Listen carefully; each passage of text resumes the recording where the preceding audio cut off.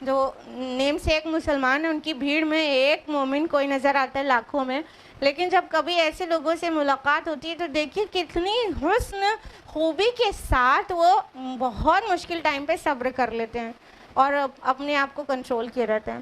یہ ان کے ایمان کی وجہ سے ہوا ہوتا ہے، ان کی توحید کی وجہ سے ہوا ہوتا ہے. اور فرمایا وَمِمَّا رَزَقْنَاهُمْ يُنْفِقُونَ، اور وہ جو ہم نے انہیں مال دیا ہے، رزق دیا ہے، اس میں سے خرچ کرتے ہیں. یعنی مومنین، صادقین، مخبتین یہ ضرور کیا کرتے ہیں کہ اللہ کے دیے ہوئے چیز میں سے خلق خدا کے اوپر بھی کچھ خرچ کرتے ہیں، اللہ کے دین کے لیے بھی کچھ خرچ کرتے ہیں، اس میں سے انفاق کرتے ہیں. اور انفاق بہت طریقے سے ہو سکتا ہے، وہ سبھی جگہوں پر وہ انفاق کرتے ہیں. دیکھیے یہاں پہ پھر رزقناہم آیا ہے، ٹھیک ہے. آیت نمبر 34 میں رزقہم آیا تھا پچھلی آیات میں، اس اینیملز کے لیے آیا تھا، ٹھیک ہے. اور یہاں پر مال کے لیے آیا ہے. اور اللہ تعالیٰ بار بار یاد دلاتے رہتے ہیں، یہ جو تمہارے پاس مال ہے یا مویشی ہے یا whatsoever you have been given, it is given by me. Allah تعالیٰ نے دیے ہیں، وہ تمہارا اپنا ذاتی نہیں ہے. تو مال کے لیے اور انفاق کے لیے اکثر ہی رزقناہم، رزقہم، رزقناکم، رزقکم یہ الفاظ آتے ہیں، جو ہم نے انہیں دیا ہے، جو ہم نے تمہیں دیا ہے، جو تم دیے گئے ہو.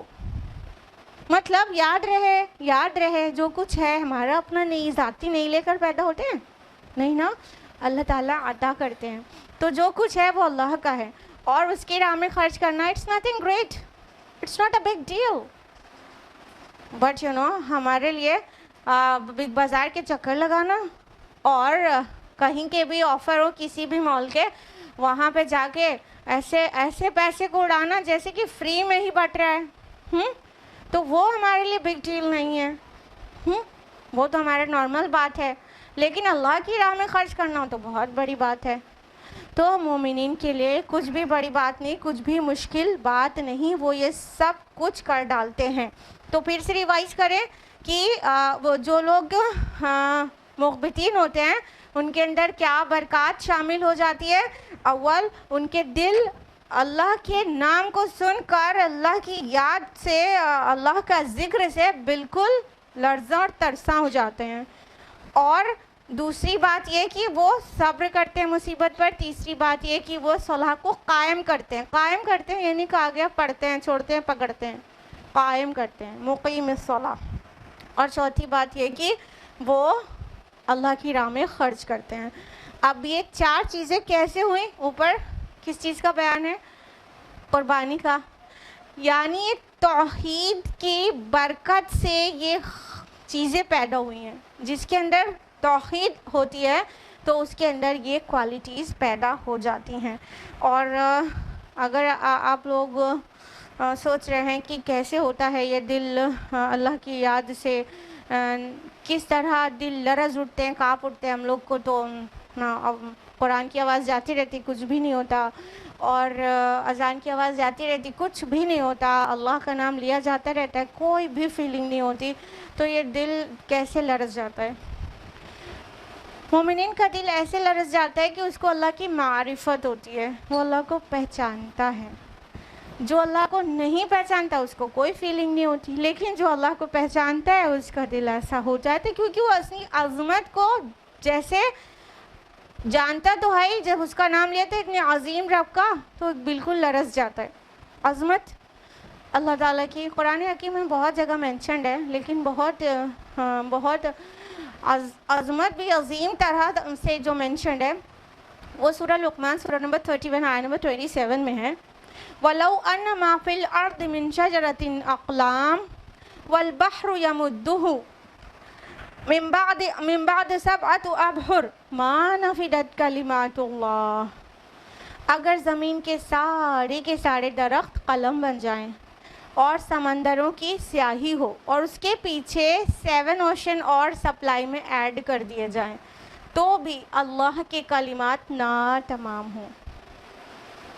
امیجن، اس عظیم رب کی بات ہو رہی ہے جن کو پتہ ہو کہ میرے رب کی کلمات لکھنے کے لیے اگر پوری دنیا کے جو ٹریز ہیں وہ پینز بن جائیں, more than 3 trillion trees are there on the face of the earth, وہ سارے پینز بن جائیں اور سارے سمندر کو انک بنا دیا جائے اور اس کے پیچھے 7 سمندر اور سپلائی میں جوڑ دیا جائے, تو بھی اللہ کی کلمات نہ تمام ہوں. جو رب اتنا عظیم ہے, تو بتائیے اس کا ذکر ہونے کے بعد ہمارے دل کیوں نہیں تھرانا چاہیے, کیوں نہیں کانپنا چاہیے؟ اگر ہمیں اللہ کی معرفت ہوگی تو ہوگا نا, یہ نہیں ہوگی تو نہیں بھی ہوگا. آیت نمبر 36, وَالْبُدْنَ جَعَلْنَاهَا لَكُم مِّن شَعَائِرِ اللَّهِ, اور قربانی کے اونٹوں کو ہم نے تمہارے لیے شعائر اللہ میں سے بنایا ہے. لَكُم فِيهَا خَيْرٌ, تمہارے لیے ان میں بھلائی ہے.